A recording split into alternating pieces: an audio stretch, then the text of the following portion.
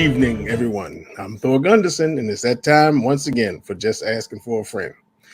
On this program, we go out into the collecting community. We talk to content creators, collectors, artists, sculptors, everyone through all walks of life in the collecting community. And today is definitely going to be one of my like I say, one of the days where I look forward to doing my job. And today is definitely one of those days. This man is also a student of the dark side of the force, also a wrestling aficionado, and collects Transformers, all that sort of situation. You can find them on the collector's table. You've seen them on Sick Mansion Collectibles and now on Constructive Outrage with the Crippler. I'm talking about the one, the only, Shane the Dark Lord von Lichtenstein. Welcome to the show. Hey, thanks, Thor. I don't know how I'm going to live up to that, but I'll do my best. Bro, you already have. Believe me, man. We and this man been talking back and forth for long, and for a while, I couldn't put I was like, man, where have I seen this guy before? And then when he came on, I said, that's the guy I be talking to. So, man, me personally, I want to thank you for some of your kind words, because it was, some tough times I was going through, and I really appreciate you. Oh, no problem, man. I mean, we're all people first, collectors second. So I've been through some, like we talked about, I've been through some stuff myself. So I know what it's like. So I'm just glad you're doing good. Yeah, doing a lot better, man. I appreciate it. So like when we start these things off, I like to talk about like where you grew up and let the people know, and how you then later on like transition, how you got into pop culture. And we're just getting to collecting all that stuff later on, how it all snowballed down there, into that from there.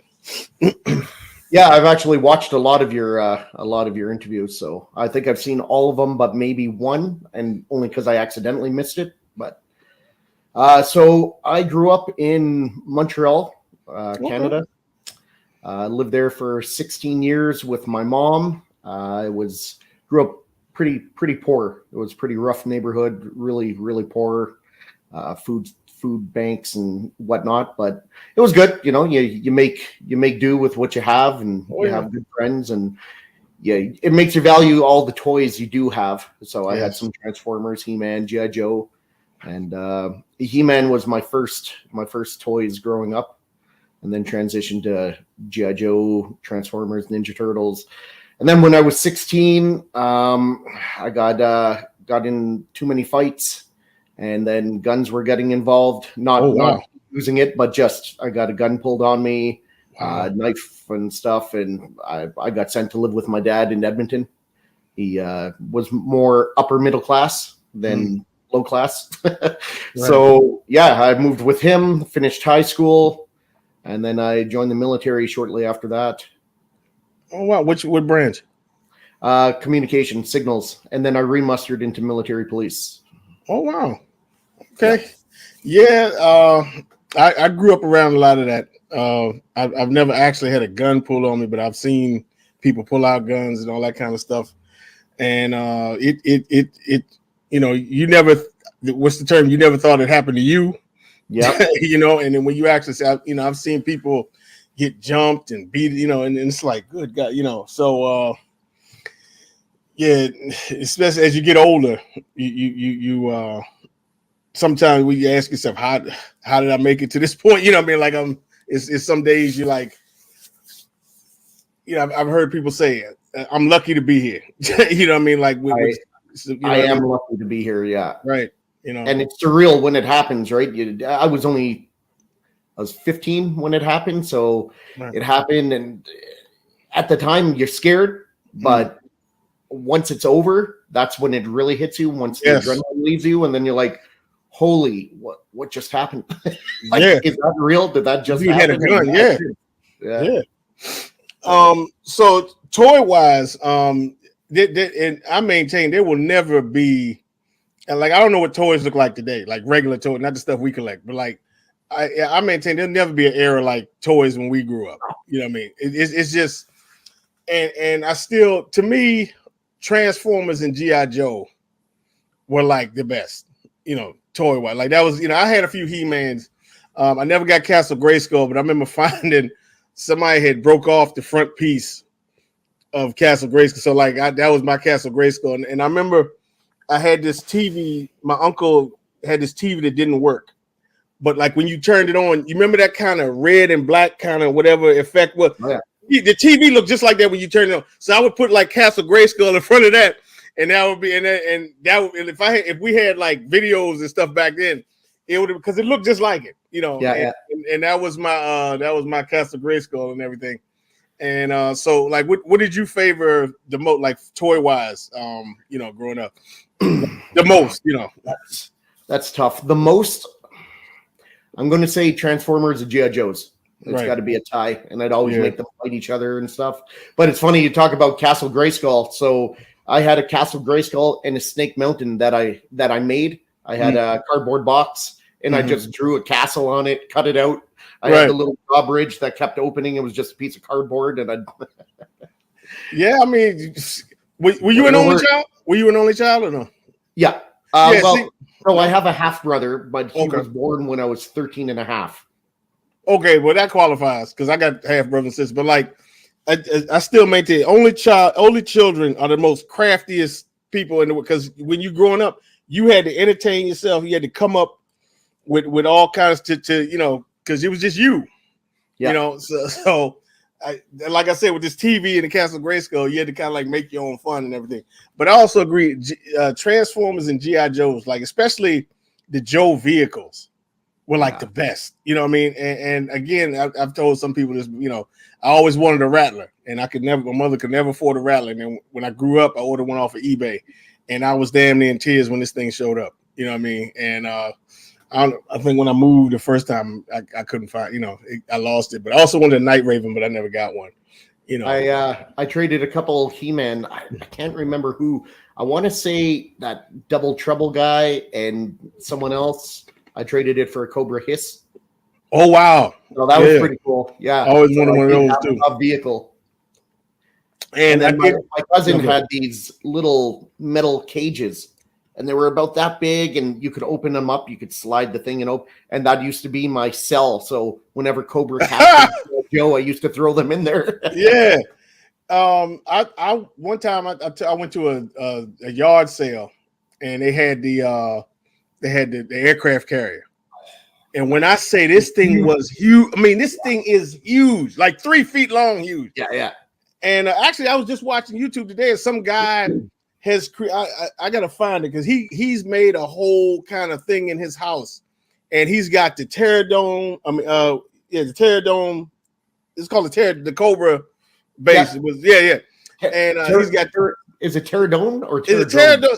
One of them. Some I can't even remember, but you know what I'm talking about. Yeah, and he's got that, and then I never knew there was a Joe base that they sold, but I don't know if he made it or something. It looks just like the one on the show, right, with the gun and everything. And then on another table, he's got the aircraft, and like everywhere, he's made like a battle. And it's like he got all the tanks, he got a few hisses, and it's like not just one, it's like 3 or 4.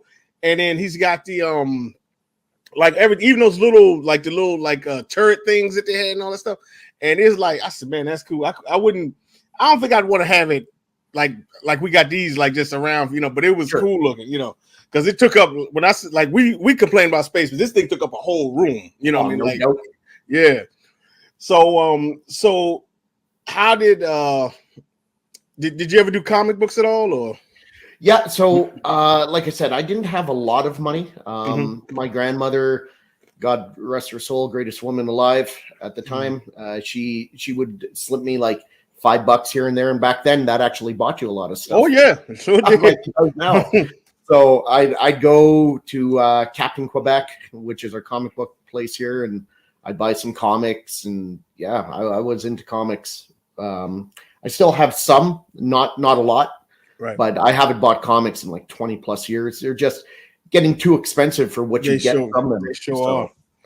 And my thing nowadays is too much. One is too much turnover. Like I stopped reading like about 7 years ago, and it's every time they'll do about 10 issues. The next number one is like they'll start another volume, and then another thing is that the especially with Marvel, I found with DC, to me, it seemed like the movies, they're trying to make everybody look like they're doing the movies, and they're using the books to kind of supplement the movies. It's like, like stuff that you don't see in the movies. I'm like, and I didn't like that because to me the books write the movies don't write the books.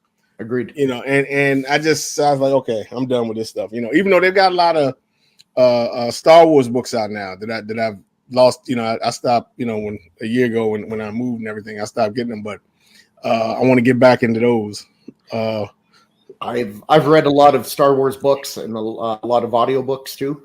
Right. And back in the day with the comic books, of course, I always had the Masters of the Universe, Ninja Turtles, G.I. Joe, He-Man, Spider-Man, X-Men, all those cartoons. I used to watch them Saturday nights, watch them after school, Conan the Adventurer, like just all those shows. I loved them. Conan, I think I missed that one. Was that a cartoon? Or? Yeah, the theme music was like Conan the Adventurer, and then he had like the wizard chick with them. And I did see that. Yeah. I saw that. Yeah. I love that cartoon. You remember the Rambo cartoon? Yes, vaguely. I didn't get into it too much, but I do remember it. Yeah. No, a lot of people don't remember. I was like, man, you don't remember? I mean, it wasn't big time, but I remember I used to watch it. So, talk about how. I mean, everybody growing up that time.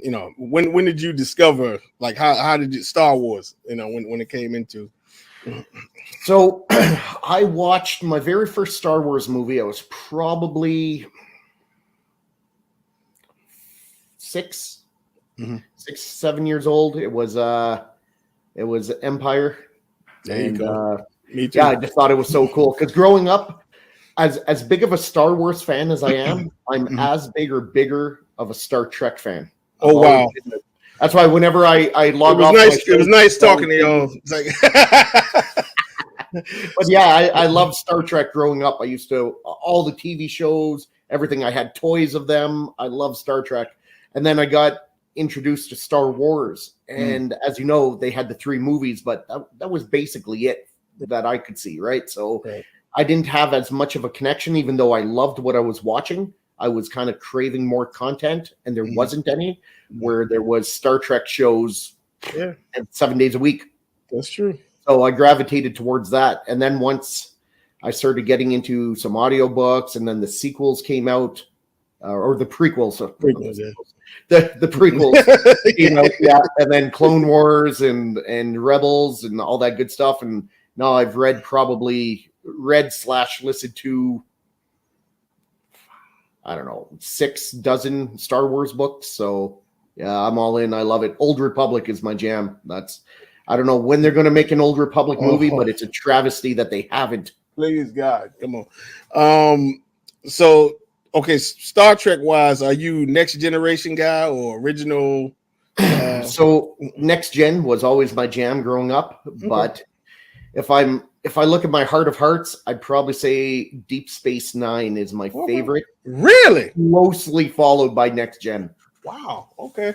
Yeah, it's right there neck and neck. But I love what they did with the Cardassians and with, the wormhole and all that stuff. Captain Sisko he's the man.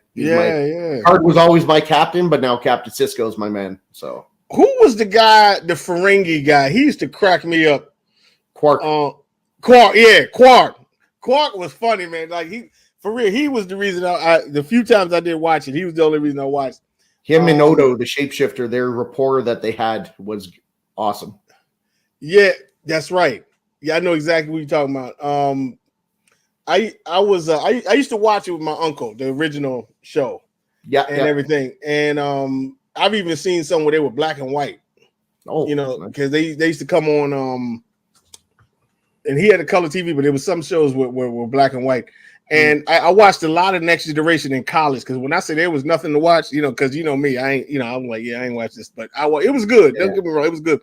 But so like that was like literally they had one channel. Literally, that's all they showed was Star Wars, next Star Trek, Next Generation. But I think I would have to say I'm an original, because Kirk is a trip. You know what I mean, Kirk. And I was for some the coolest thing I think about Star Trek. I love Birds of Prey. Like Birds of Prey look cool, man. You know what I mean? And so we're talking the ship, not the movie. The ship. Yeah, the ship. Not that crappy movie. No. The ship, the Klingon warship. Klingon Bird of Prey. Yeah, and man. I think that's why that one movie with the whales is like I think that's my favorite movie. One, because you get to see the bird of prey all the time. Plus, I don't know, I enjoyed it. A lot of people didn't like that movie, but I liked it, you know. So Yeah, fair enough. yeah. So were you big into I guess, you know, Star Wars toys, or did you get any? I mean, I don't even know about any Star Trek stuff for real, you know, but I did get a couple Star Wars toys from my cousin. He's a few years older than me, like 5 years older, and my aunt and uncle had a lot more money than my mom did growing up. So he'd get like the cool toys. That's where I got like the G.I. Joe little prison cells and all that stuff, right? I get that off him. And I got a Darth Vader little action figure from him. Oh, wow. And a stormtrooper. I think I also had a C-3PO, but he got dismantled. So, I mean, everybody goes through that phase where they punish all the toys and everything. Well, that's it. Someone's got to pay. Yeah, exactly. Exactly.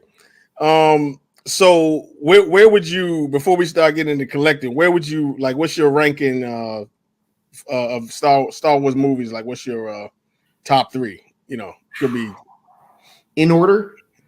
I mean, don't have to be, but if you want to, sure. Empire. There you go. Revenge of the Sith. Yes. Rogue One. That's mine, but the two, yeah, that's mine. Revenge of the Sith, exact the same ones. And I really like. I like the Attack of the Clone War, or the Attack of the Clones, or Clone Wars. What was it called? Yeah, Attack of the Clones. Yeah, but I really like Solo. I love Solo. I'm a big fan of Solo. So that's probably number 4 for me. I'm so upset that they're not going to do a show or another Solo, because I've always wanted to see him and Chewie working for Jabba, running spice for Jabba. Rian Johnson in that crappy episode 8. They exactly, and everyone just on protest refused to see Solo. Oh my God, I went to see it, and again, you know, I say this every time we talk about, so how him and Chewie met was perfect. So good. That was and the minute they said the Beast, I said that's Chewbacca, and then when he came in and did the roar, I was like, yes, that was.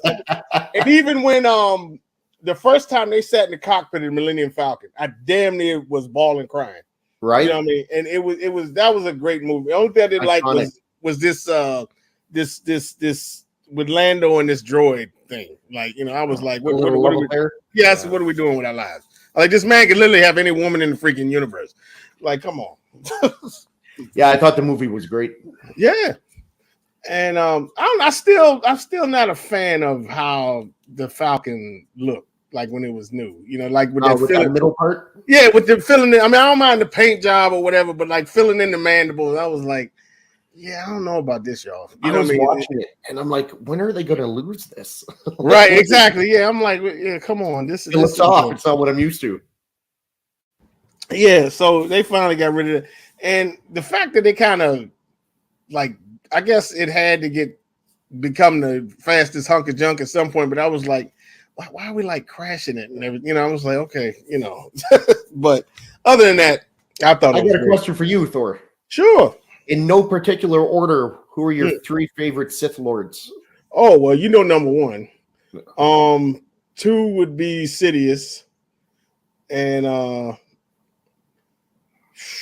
3 is you want to say Revan? I actually want to say Nihilus. Because Nihilus is I don't think they understand how destructive Nihilus is. You know what I mean? That's what I'm saying. I'm like, and I'm in my argue with some DC. I said Nihilus could probably take out Superman. They were like, what? I was like, dude, this thing can drain like life energy. You know what I mean? And so, as a matter of fact, it's funny we're talking about this because I guess it said it's been up for 2 weeks. I watched a fan film, a Star Wars fan film, and it takes place like right after A New Hope. And Sidious, you know, is doing the call. And he's telling Vader, he's like, you know, you're the reason you let the rebels destroy it. This is after the first, you know, Death Star. And he gives him this holocron. He's like, yeah, go in this holocron and find yourself again because you becoming useless to me and everything. And when he goes in there, he receives training from Revan, Treya, and Nihilus. And then at one point, they did like a what if Mace Windu actually kills Sidious, and you see Anakin running back to Padme, and then like Vader's watching it, and they can actually see him like, what are you doing here? Like, are you another Sith? And Anakin and Vader actually have a duel. It's really cheesy, but the story was fantastic. You know what I mean? You gotta send me that link. I have to send it to you. And I actually posted it in DCX. And I'll watch it. I'll watch it after this. And it was great. You know, so like if they, again, like you said, they have got to at some point do like they can't like they're doing this High Republic thing, I guess, because that's the first content that they created. But they got to give us the Old Republic, man. It's yes, let's do the High Republic where there's no Sith. Right. You know, so I'm kind of more Jedi running around doing nothing. Oh my god! And so I'm kind of I'm looking forward to the Acolyte. Oh yes, when that comes out, I'm guessing that takes place in the High. I don't know, who knows? But how'd you like this last season of Mandalorian? There were things I didn't like about it. Right, me too. But there were things I really did like about it. I know they put a little more emphasis on Bo-Katan, but I like that they made her strong without making Din Djarin weak. Right. They don't have to build the women on the foundation of the men. They stand on their own. She was strong on her own. That's what I liked. Just like back in the cartoon, she was strong. She sure was. Right. So I like that, and I really like the inside look of how Mandalorians live in their real life.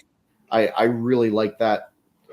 That was cool. I just couldn't get with this trying to train Grogu to be a Mandalorian thing, and it just that was really bothering me. And I'm like, and then somebody explained to me like, well, he doesn't want to be a Jedi because he was there Order 66, and he's so he's kind of like, I'm like, yeah, dude, but like if I said he's like he could be one of the most powerful beings out because Yoda and Yaddle. These things are strong in the Force, and he's shown signs of that, especially with the Mudhorn and with your girl, he tried to Force choke her when he thought she was trying to hurt Mando. And if this thing, I at least need him to have a lightsaber so he can like contribute kind of thing, you know what I mean? And I think I would like him a lot more. It's tough for me because at the beginning of the show, the three of us were talking, and I promised I'm going to do my best not to swear or use my army mouth. And then you bring up Grogu. Yeah, and you're making it really hard for me because I really don't like Grogu at all. I think he's the biggest deterrent of that show. I can't stand him. I want to see a bounty hunter not be a babysitter. Yeah, see, because it proves he's just there to for the women to go, oh, he's so cute. That's all it is. It's for toy sales. He's a merchant. He's a merchant. What he's there for. Yeah, that's it. It's like Jar Jar Binks. Because I heard they wanted to get rid of him, and Kathleen Kennedy, oh no, you can't do that. He's a money maker. Yeah, he's a money maker. So it's like I get it. I just don't have to like it. Yeah, no. So okay, so now getting into collecting, like when did you? I always love to hear how people got pulled into the quote unquote dark side. Like, so what was your? How did you discover statue collecting? So when I was, back in 2005, I want to say, 2005, I was on eBay for something. I think I was looking at maybe some Marvel Legends or something like that, right? Because at that point, I had two kids. My daughter was born in 2002, my son 2004. So I had some toys to give to them that I saved. So Transformers and whatnot. So I was trying to get more stuff for them. And I came across this Bowen Action Juggernaut statue. And I was like, what is this? What is a statue? I'm like, this is crazy. So I bought it. And that was my first statue in 2005. And then I looked at some Diamond Select, and I had more Bowens. And at one point, I had 80 or 100 110 Bowens or something. Like, wow, really? I have like my X-Men, and then my X-Men villain, my Avengers, my Spidey and his villains, and but then, you know, when you're collecting, you're like, oh, that's really cool. I'm going to buy that, and I'm going to buy that, and then like, you know, this stuff doesn't really flow, and I like stuff nice and neat and organized, right? Yeah. So I'm like, I got to make this crap flow a little better. So I started getting into 1/4 scale. So I'd buy the Sideshow premium format Apocalypse, because he could be any size, right? So then I'd put all my Bowen X-Men villains around him. Oh, wow. Yeah, and then just stuff like that. And then I went through a tough time in 2017. I went through a separation, divorce, and I packed all my collection up because I thought we were going to sell the house. Mm-hmm. And then I decided to just keep the house myself, and then I completely renovated it. Mm-hmm. And I was like, you know what? I'm going to transition my focus here. So I already had a few 1/4 scale. And I was like, I really want to go to 1/4 scale, a 1/6 scale. So I kept, of course, I still have my Juggernaut, my first statue, but I started selling all my Bowens, and I made pretty good profit on the Bowens. Oh, yeah. And then I bought a bunch of 1/4 scale, and then they were all in boxes for about 2.5 to almost 3 years, because my renos, I had problems with contractors, and it was a nightmare. Right. But so I'm just waiting for my collection to get set up, and I got new shelves and everything's ready. And as I'm unboxing stuff, I'm realizing that more than half my collection, I'd say probably about 60-70%, I've never actually displayed. I bought, I opened up, it wasn't broken, I threw it in my crawl space. I'm fortunate enough, I live in a 4-level split, so I have like a fully finished crawl space. So I put all my boxes in there, and then I'm setting up my collection. I'm like, no, I've never really set this up, other than just putting it together to make sure it wasn't broken. So then it all started coming together, and I was like, awesome. So it sounds like you never went through that struggle, like, how much does this stuff cost? You know what I mean? Like, you just went straight away into Bowens. I mean, I did, but I made probably $30,000 or something selling my Bowens. Right. So, I mean, like, I'm talking about like with the Bowens. You never went through Bowens. Yeah. There were some really expensive ones that I wanted, like the Dr. Octopus. I don't know why that would that one goes for big money, right? Yeah. But I won that in a statue lottery. So I joined a lot of these statue lotteries in a couple of the groups, and I probably won 8 or 10 of them. Wow. So, but with that being said, I probably entered like 40 or 50, right? Because I try to contribute. So whether it's $5 a spot or $10 a spot, sometimes I strategically do it. Like with the Dr. Octopus, I bought 1/3 of all the spots, so it cost me like $180. But it's still better than $1,000. Risk. That's still better than $1,000, right? So stuff like that. So with the Bowens at the time, of course, you're like, wow, that's a lot of money. And now you're looking and you're like, I wish. I mean, I used to have the spinning hammer Thor one, because that was, I had always one of my favorites. That one, because I remember when I first started, because Thor's I don't call myself Thor because of Thor. That's another story.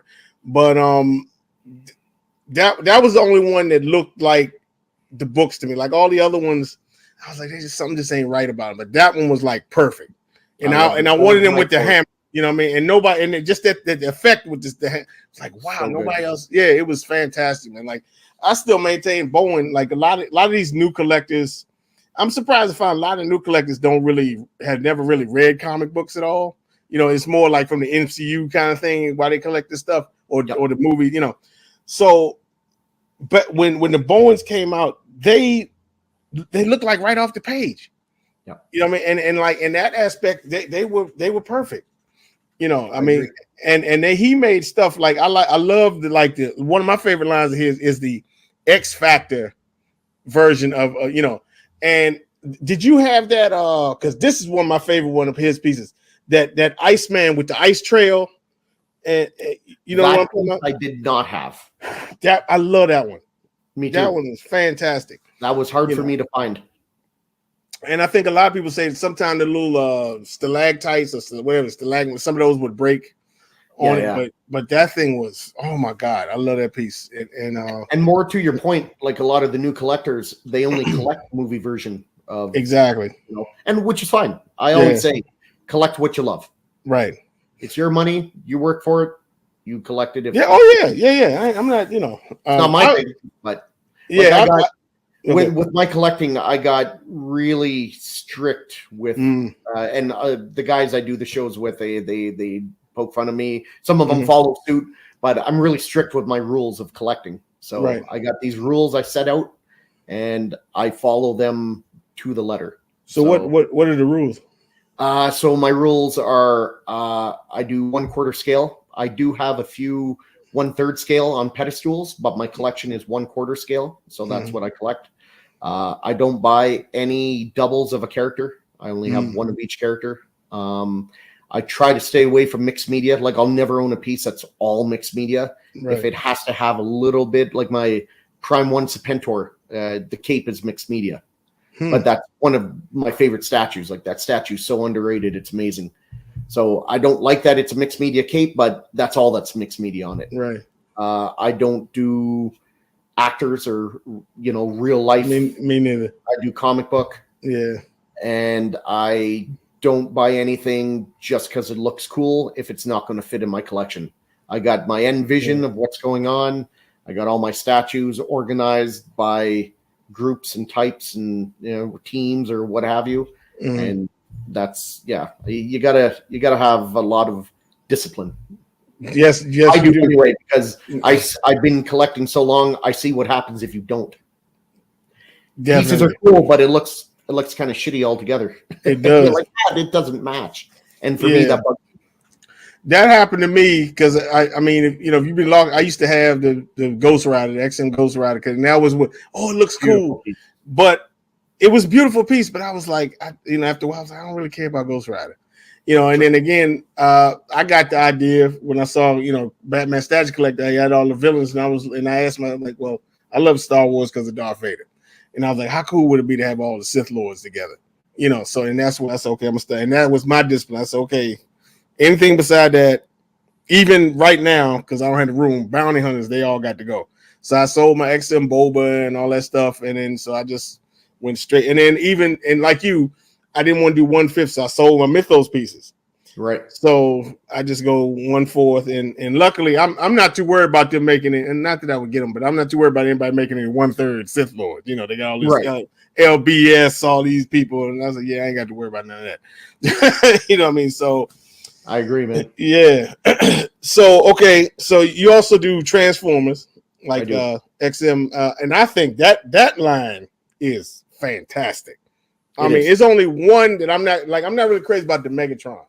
Because to me, the face doesn't really say it. Doesn't. It's got too many lines and something about it is. So does Starscream. He's got tons of those lines. That's why I don't like it.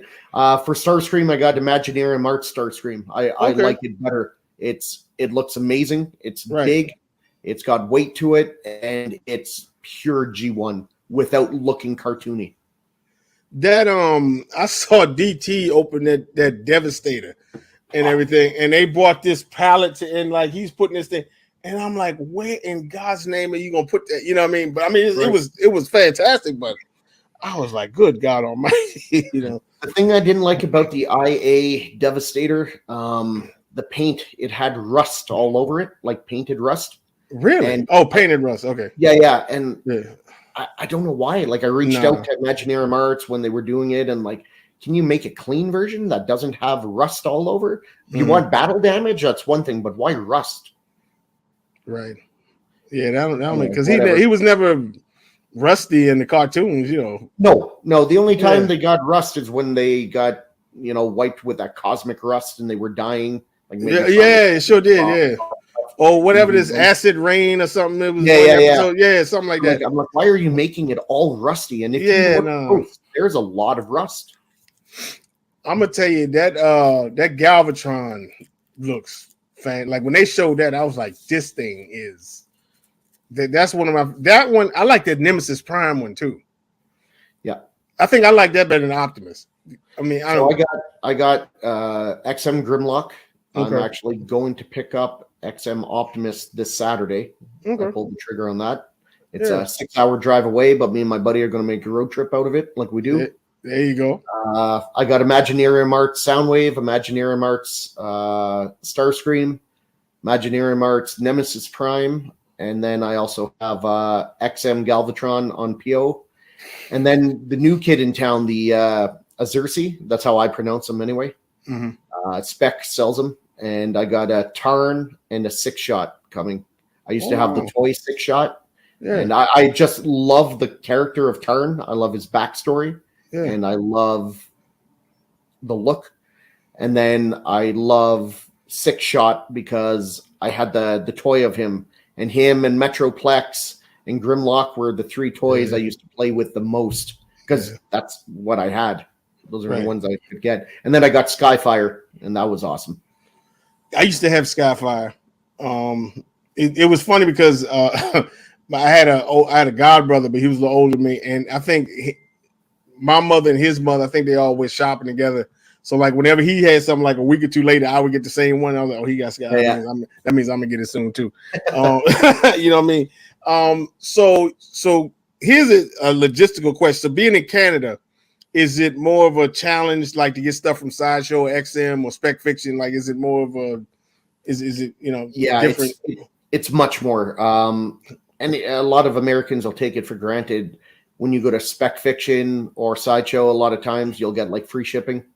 Or Big Bad Toy Store, $4 shipping, even though they jack the price up a little bit on their retail, but still here we don't get that. You're paying for the shipping, you're paying more, then you're paying import fees when it comes in. So, and import fees, they really try to screw you sometimes. I've paid, and I know other Canadian collectors that have bought a $600 statue and paid like $250 of import fees. Wow. Like they overcharge you. And then if you want to fight it, it could take up to 30 or 60 days. It's a lot of paperwork. And then, you'll probably get half of that back, but it's a hassle. So they're counting on people not putting in the work. And then, of course, currency conversion, right? So $1 for you is 75 cents for me. Okay. So right away, if someone buys a $1,500 statue, that's 2,000 Canadian, plus shipping, plus import fees. Jesus. So you talking like $2,500 at least. Right. So like when I'm doing shows with guys and they're saying, oh man, I love this piece. It's $1,500 and it's free shipping. So for me, it's 2,000 plus shipping. And this is in Canadian. Shipping will probably be another 300 to 400, let's say 4 import fees, couple hundred at least. So you're looking at about $2,600 to $3,000 to get that $1,500 statue for you guys. Jesus. So it's hard. Yeah. So I can see why you're gonna make that 6-hour drive. You get Optimus. Exactly, right?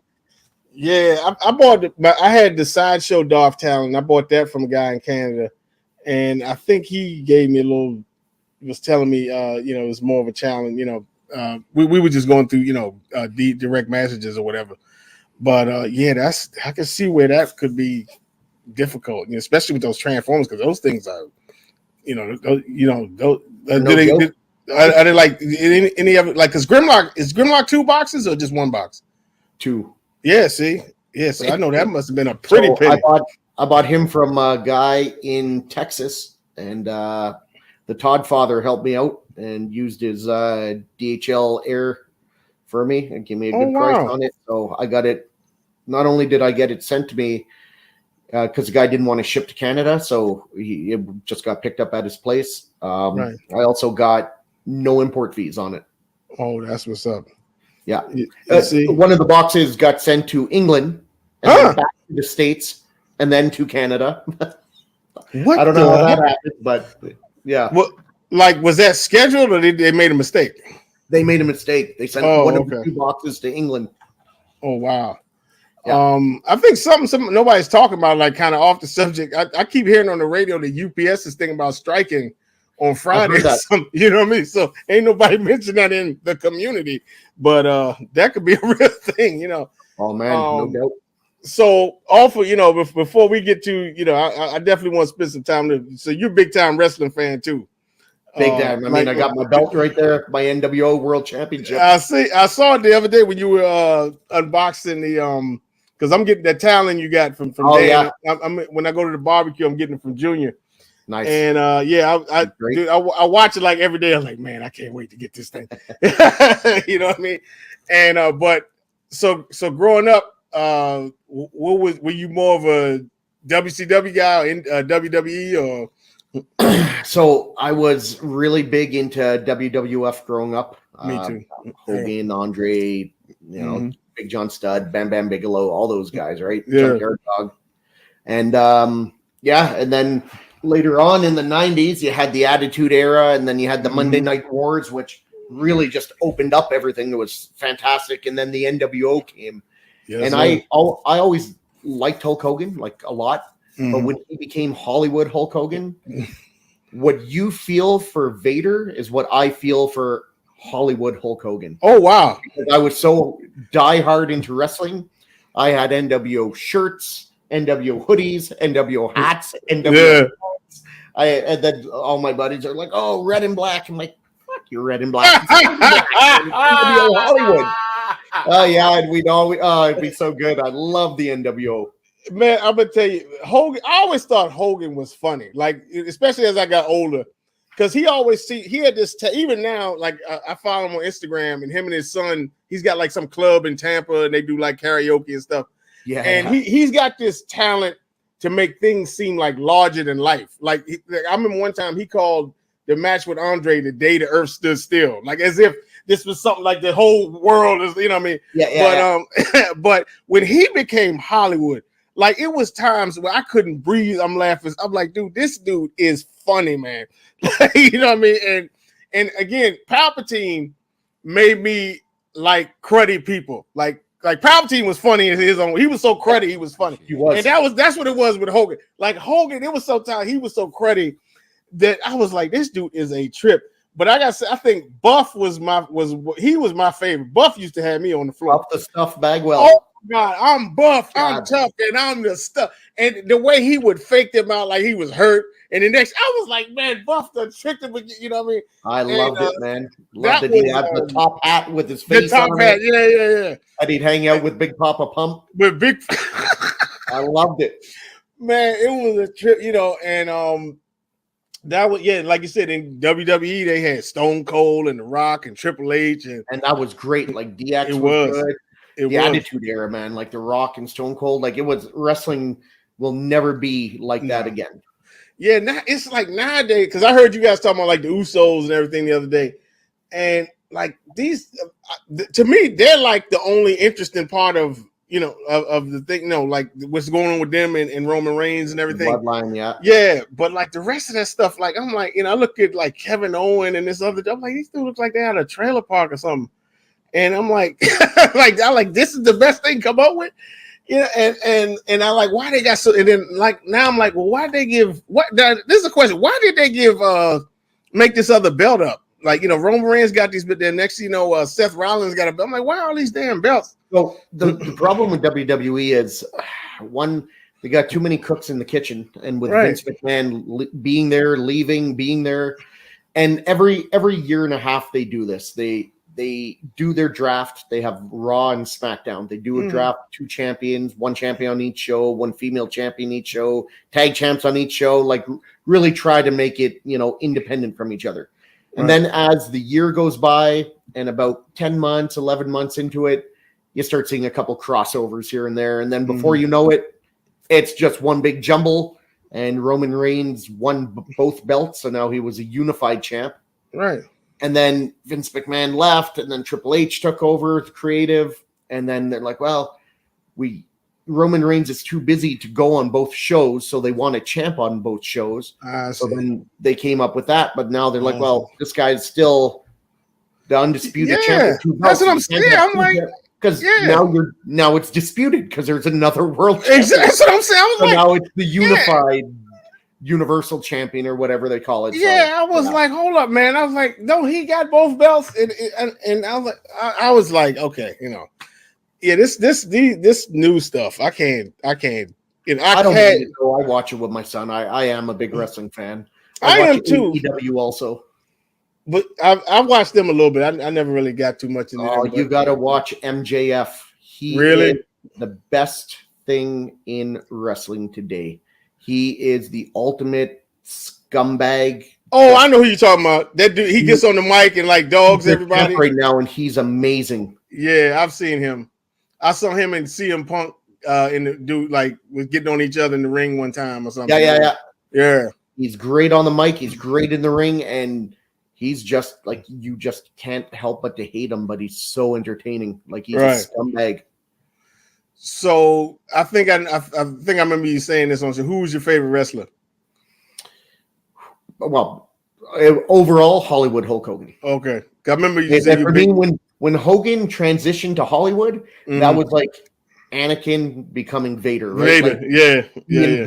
Literally, like literally, and that was his transformation, and I was all in. He could do no wrong. Spraying people, whipping people, spraying the belt didn't matter, man. He'd come up down, and I'd just be all in. I love it.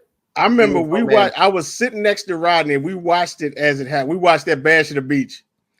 And like we couldn't believe, like we was just literally like they're like Hogan, like not Hogan, because Hogan, he's like not Mr. Right? Say your prayers, eat your vite. Like, no, come on. And that's why I think it has so much gravity to it. So much ultimate babyface. Yeah, exactly. Of course, I'm the Nature Boy is my dude, styling, profiling, all that kind of stuff. And it was I didn't discover him until later on because again, like you, WWF was my thing, and every now and then the NWA would come on. I'm like, yeah, I think my thing was it looked too low budget for me. After you watching WWF, and I was like, yeah, I ain't watching this, man. But Rodney did. He kept telling me, no, you need to see he talked about the 4 Horsemen and all these other. I was like, yeah, whatever. And then Ric Flair came to WWF. And then when they had him with this, he had the NWA belt, and they would video distorted. I was like, dude, who is this? I said, Rodney, is this dude you used to be talking about? He said, yeah, man, that's Ric Flair. And he used to have me like die. I said, yeah, I like this dude. And so that's always been my guy, would be Slick Rick, man. So him there's always been back and forth, like who's bigger, right? Hogan or Flair type thing. Exactly, right? Yeah. And Ric Flair said it best. He goes, I'm the greatest wrestler there ever was. Mm-hmm. And Hulk Hogan is the biggest draw and entertainer. Without a doubt. Without a doubt. Because, and I remember I was watching, because Superstar Billy Graham just passed away, and they put one of his interviews on YouTube, and he was talking about in the 80s or whatever, how much it bothered him that everybody loved Hulk Hogan so much. And he was like, this is behind. He said, this wasn't. He said, man. He said, I'm Ric Flair. He said, yeah. He said, dude, he's Hulk Hogan. And my thing is it was kids. Like when you appeal to kids, then that kind of like Ric Flair appealed to adults. Like he's hanging out 100%. With chicks and drinking and booze and all. Ric Flair was rated R. Exactly. Exactly. When you appeal to kids, you become more larger than life. Look at John Cena. Exactly. There you go. So, okay. So back to, because we had to cover the wrestling, Always. Back to Star Wars for me. I always like to ask my Star Wars folks, what was your favorite duel, in Star Wars? Just one? I mean, you can pick 2 or 3, but if you can narrow it down. So I'm gonna go with. Man, there's so many good ones. There's so many, I know. Yeah, so many. I love the Clone Wars Sidious against Savage and Darth Maul. That was tight. That was ice cold. He's like, I got work to do, and he's that was he laid a beating on both those fools. He sure did. Sidious and Yoda. That's my favorite one. That was just. That's awesome. My favorite one. You got the 2 top tier guys going at it, right? That was great. That was great. And then Sidious goes to leave, and Yoda's like, "Hey, we ain't done." That's what I'm. That was made, dude. When I saw that, and he said, "If you saw, like," I was like, "These dudes is talking because ain't nobody never talked no trash before." Like, I said, "Man, these dudes talking trash," and he said, "You ain't gonna stop me." And I was like, Slim, this gonna be, and you know, because I love, you know, Anakin and Obi-Wan, but that was like, even though it didn't last as long, pause, it was, that was the best. And the thing I liked about it, it came down to power, like who was the most powerful, because these two's at the top of the heap, you know, and yeah, that's my favorite one. And I think after that, big fan of General Grievous, his fight scenes. You know, with him, here's my thing with him. Did you ever see that the first, like before they did the Clone Wars series? It was like these little animated short Clone Wars, and it came on like Cartoon Network. Yeah, I did see them. Yeah. To me, on there, Grievous was a lot more imposing than he was like on Clone Wars. You know what I mean? Like on there, I was like, dude, this cat here, you know. And so, like, but as they got into Clone Wars, like, to me, especially in the movies, he just seemed kind of corny to me. You know what I mean? And but like on those shorts, I was like, man, they got to deal with this. But he had some, like when he fought Ventress, that was pretty cool. Yeah, you know. And but ironically saying, on Saturday I'm gonna get the OG premium format, because I traded the Junior for Treya. Yeah. That's the OG, you know, or that's I found it easier. You know how you're like right there. Yeah. Everyone does the same, right? But on StreamYard, when you go into settings, you could just hit. Oh yeah, that's him. My camera. Yeah, and now it's perfect. Now everything's where it should be. Yeah, I'm still trying to figure out where I'm going to put it. I'm at the move the TIE Fighter. I'm actually going to be altering mine because I don't have the box for it. I got it off I don't have a it local deal, and I got it for steel for like $300 or something. Oh wow! Yeah. So the two backhands that like face out in the lightsaber, like it's too much room. I'm going to actually cut those and face them inward. So now I'm going to have two lightsabers forward and then those two coming forward, but at a different angle. Yeah, I think when I had it, I mean, I'm getting it back. I mean, it's actually the same piece I used to own. Don't they like point backwards? I can't remember because I just they do. They take up that much room. Yeah, I didn't display those back sabers. It's like it was just. I don't right now. They're laying down because there's no room. But I'm going to be rotating the hands 180 degrees. So I mean, the base is not huge. Nope, base per se. Yeah. So but I get the one. This one's the exclusive. It's got the cape. I got a custom cape for mine, but I was like, I mean, the cape's nice. Don't get me wrong, but it's mixed media. I don't need it. Oh, I hear you. Yeah. With him, I wanted the cape. Nope, you know, fair. To me, I think he looks a lot cooler with the cape. And you know, plus, I think I got from NYC the little some saber hilts, and I put it in his little pockets because they had.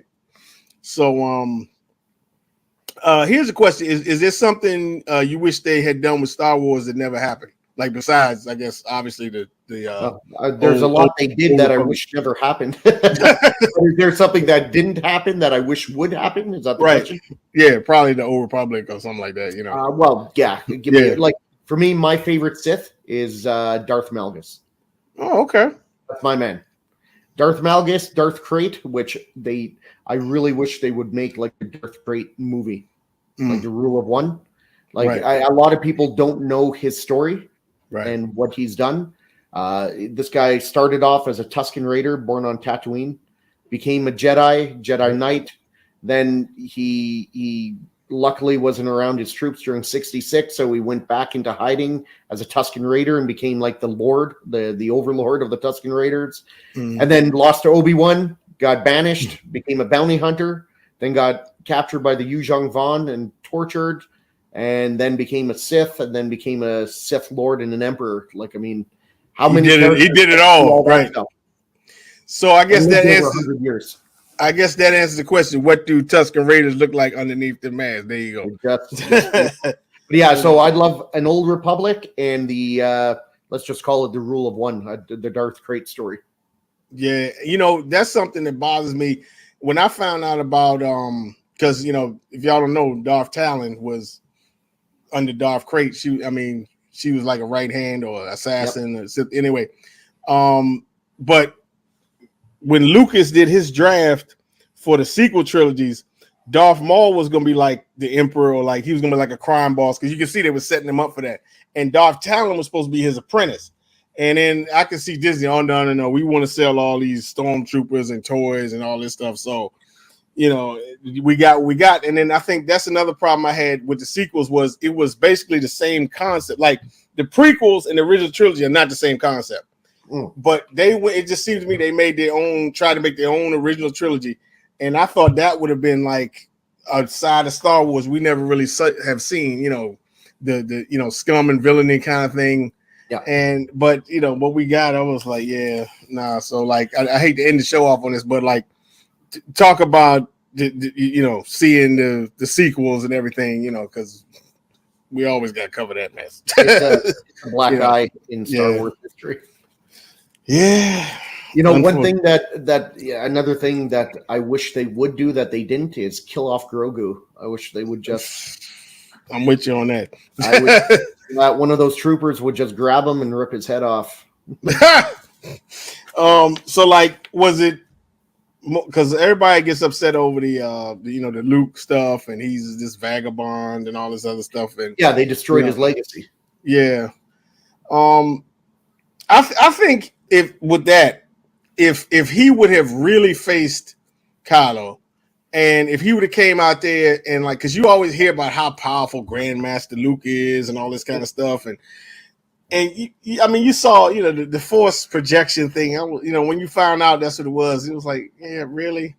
But like, if you seen him come out there and hold up his hand and stop all these bolts and like maybe crush AT-AT, and I think that would have made Kylo, if Kylo somehow would have beat that, then I could have took Kylo a whole lot more seriously. You know what I mean? Yeah. But I agree. Like, Kylo looks fantastic. Like his look is great, right? Yeah. What should have happened is, if he wants to throw his temper tantrums, whatever, that's not really my thing. But I don't mind being vicious and killing your subordinates, but having a temper tantrum and not killing a subordinate is different. Yeah, man. Oh god. So they should have had him when he killed Han Solo. He should have raised his hand. His helmet sucks up to his hand using the Force, puts the helmet on, and it never comes off again. He is now Kylo Ren. There you go. That's it. There you go.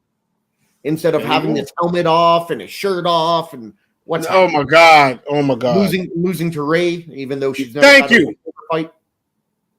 That was my thing, and when I first saw that, and I'm like, I'm used to my dude whooping everybody, and I'm like, huh? How you lose? This chick ain't never just discovered the Force 20 minutes ago.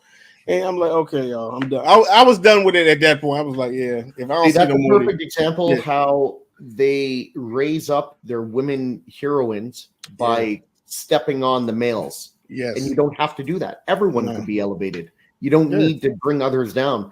But like Rey, one of the biggest, there's a lot of things with Rey that gets me, but one of the biggest where she uses, the Jedi, you will let me go. You will.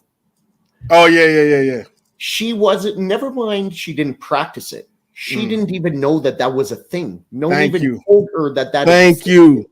So if she doesn't know, it's one thing if she knows it existed and she's just trying it out and hopefully it works. She doesn't even know it's a thing. So how are you trying this? You're just pulling this out of your ass? Like, come on. Right. So before we split, what is the favorite piece? What's your favorite piece? If you can narrow it down. If you can't narrow it down to one, you just do like three. Top three. My favorite piece probably so tough. That's a hard question. My favorite piece is probably by Imagineering Art Soundwave. Just because it's so G1. He's got 5 of his cassettes with him. So it's like 61. I love that piece. I love everything. I know a lot of people like XMs, and there's nothing wrong with it. It's just overly modernized for me. Too much so. I got so you. I like the Imagineering Arts. And really quick, what I'm really looking forward to is that Ahsoka show, because one of my favorite characters in all of Star Wars is Grand Admiral Thrawn. Like he's in my top 3 favorite Star Wars characters. And I love him. I love everything about him. I hope they don't do him dirty. I am looking forward to it, but I always wanted Cumberbatch to play Thrawn.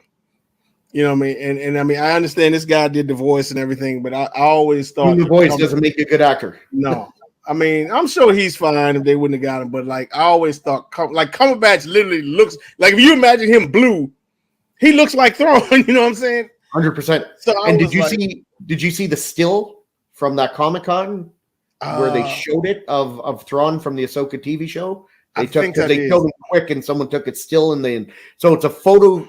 It's a picture of a still that they showed at a preview, and he looks terrible. He looks awful. Like it's the wrong shade of blue. His eyes look like he went on a 3-day bender. Instead of like glowing red, they're like bloodshot.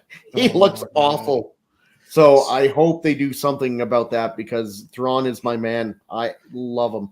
So just like Cad Bane, kind of like Cad Bane look a little swollen. Yeah, exactly. And Cad Bane, my favorite bounty hunter. I love Cad Bane.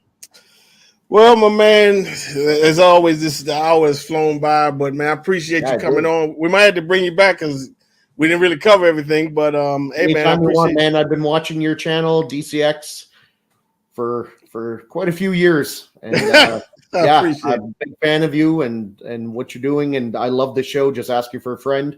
I've seen, like I said, I'm pretty sure I've seen them all. I might have missed one, but I think I've got them all. I just finished George's interview this morning. Oh, okay. So yeah, man, I love what you do, and thanks for having me on. It was a blast. I'll come back anytime. Oh man, appreciate it, and I appreciate. I love watching you on on all the shows, and I'm gonna make it on Collector's Table. I couldn't make it this weekend, but when I get back from barbecue, I'll hop on with you guys. Yeah, that sounds good, man. All right, so hey everybody, we appreciate you watching, and we'll catch you next time on Just Asking for a Friend. Talk to you later, everybody. Not the Vulcans. Live long and prosper, Thor. Oh, God, that's funny.